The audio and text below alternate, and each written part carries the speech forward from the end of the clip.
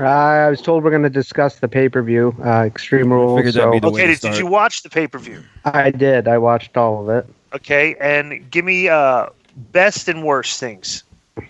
To me, I'm a big Brock fan, so him cashing in was one of the best things. The Strowman match was really good. Worst Is that thing. you, Holder? Yeah. Yes. I don't think Mike. Okay, so you didn't like Brock cashing in.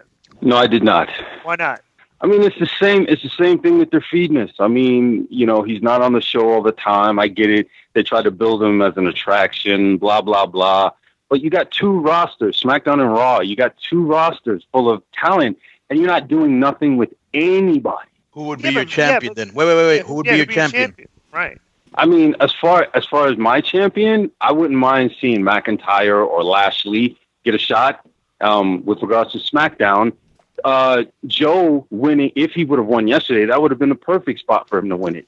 Yeah, I think Alvarez reported that Joe has had 8 or 9 title shots and just lost every one of them. So I don't know if they were going to plan on having him champion, they would have done it. Let me tell you something. This is the problem. Okay, is that the champion? You want your champion to be one of your top draws. Okay. Unfortunately, whenever Brock Lesnar is on a show or whenever he's just the main event and everything, they just draw better than when somebody isn't.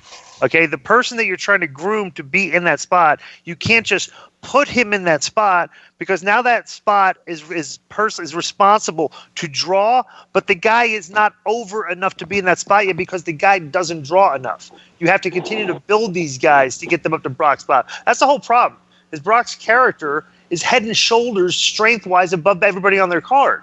So you can't just take him away and put the next person up there and say, oh, he's going to seem like he's that much stronger. Everybody knows. It's like people aren't buying it.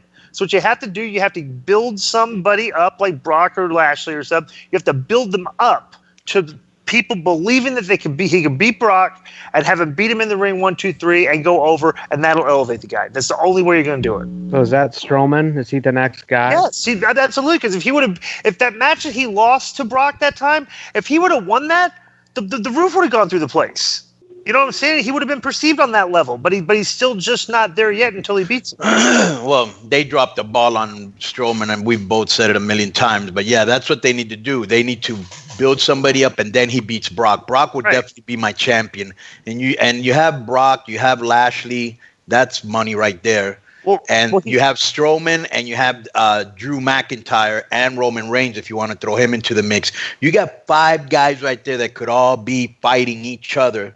Right. Yes, and they did one of them yesterday. And it was yesterday, and it was a good match. Strowman and Lashley. Here's what you do: you get those 5 guys, and the booking for the next 3 to 4 months. All right, is you are putting every one of them in situations where they can look very strong and see what the people's reactions are when they get put in these situations. And you go with the person that when they're put in that situation, you feel that the people feel that's the person that should be getting the push. That's how you book this. You book them all to get heat on each other. You book a guy to look pretty strong. You book each of them to look pretty strong for a decent amount of time to see if they're getting the people. And that's how you build. But you don't just take a guy and say like, oh, he should be the champion because we're sick of Brock. It's like fans don't look at it that way. You know, they want to see the rise of the character. There's a couple. So of things. Holder, your point was terrible. Okay, and Jed Frankfurt is good. So you know what we should do? What's the show they do on ESPN? Round the Horn. We could do boom, boing, boing. Give some negative stars to Holder, and then ding, ding, ding, ding, ding. Well, you're biased anyway because I throw shade at you all the time. So, it's all right. You do. It doesn't matter. He sends disrespectful emails, and he makes slanderous comments on the Facebook as well. Mike Holder does. So, Mike, any chance of getting some movie tickets? Yes. Probably within the next month. I've just been busy, but I didn't forget about you, Konnan. Thank you very much. No, okay. No problem. Next, DI. You asked Mike the good and the bad. Now ask that next guy. No, so we asked. That was Jed, and Mike hijacked the question by giving a very. I did not hijack the question. I just made a comment. You made a dismissive side remark. Like a. That kind of like ambush it. So before we get to their mailbag, wouldn't you like to hear the other people's what they thought was good and bad? Yeah. What else? Well, yeah. What else you guys think was good and bad in the show? Joe losing again. That sort of pissed me off. Yeah, that is weird. Yeah. He said that if he would win and had a belt, I mean he's a strong, believable character. I don't understand what they have against that, you know? Right. They took that other belt off of him just to go against Kofi and lose. Bro, do you honestly think that maybe Vince McMahon just has a thing against it because he's done in Vince's eyes that he doesn't look like he's in shape? Probably. Could that be it? I mean, because Joe has checks every box, and it's not like he doesn't look like he's not in shape. He's just built different. But he never really shows any fatigue in the ring, or you know what I'm saying? It's kind of he's like a Samoan guy. It's like so that's what they look and he's like. He's had a lot of Samoan stars that were built like that. Like Mark Hunt isn't like Adonis.